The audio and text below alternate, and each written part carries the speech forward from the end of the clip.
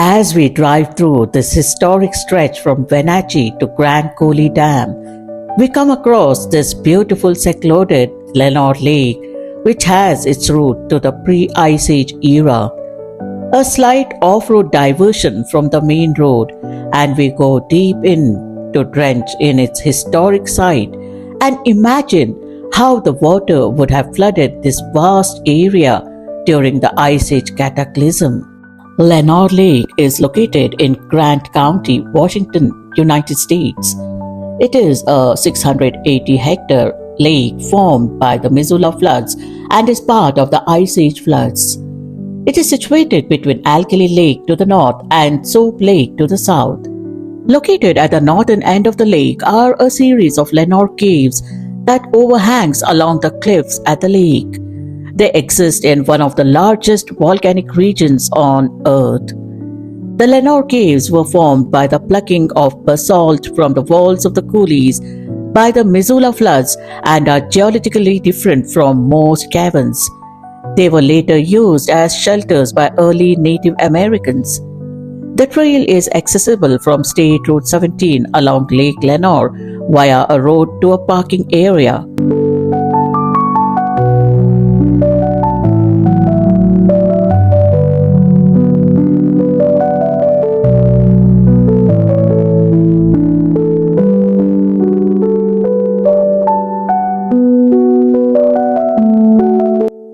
Lenore Lake is most famous for its very alkaline waters.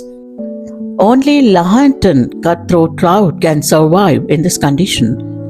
Lenore Lake is rather narrow but long. The length of the lake runs north-south alongside State Route 17, leading from near the city of Soap Lake to Coulee City.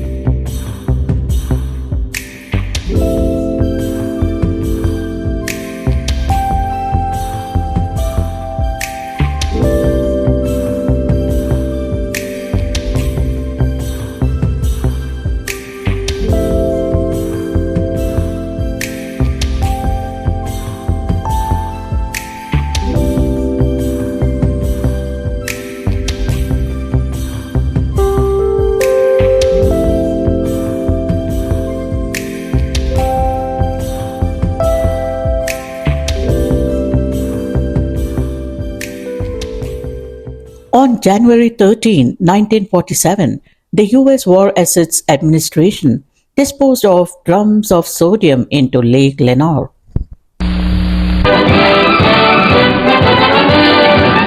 20,000 pounds of highly dangerous metallic sodium head for destruction in Lake Lenore, Washington.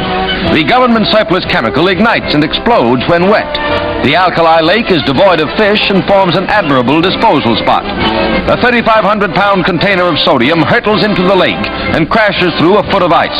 As the water seeps in, smoke rises through a series of muffled explosions.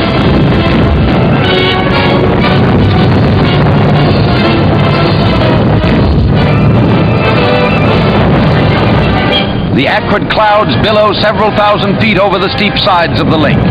Disposal of the chemical by the War Assets Administration is made necessary because no public carrier will accept it for transportation to a purchaser. One after another, with varying effects, the containers go up with spectacular results as water and sodium meet.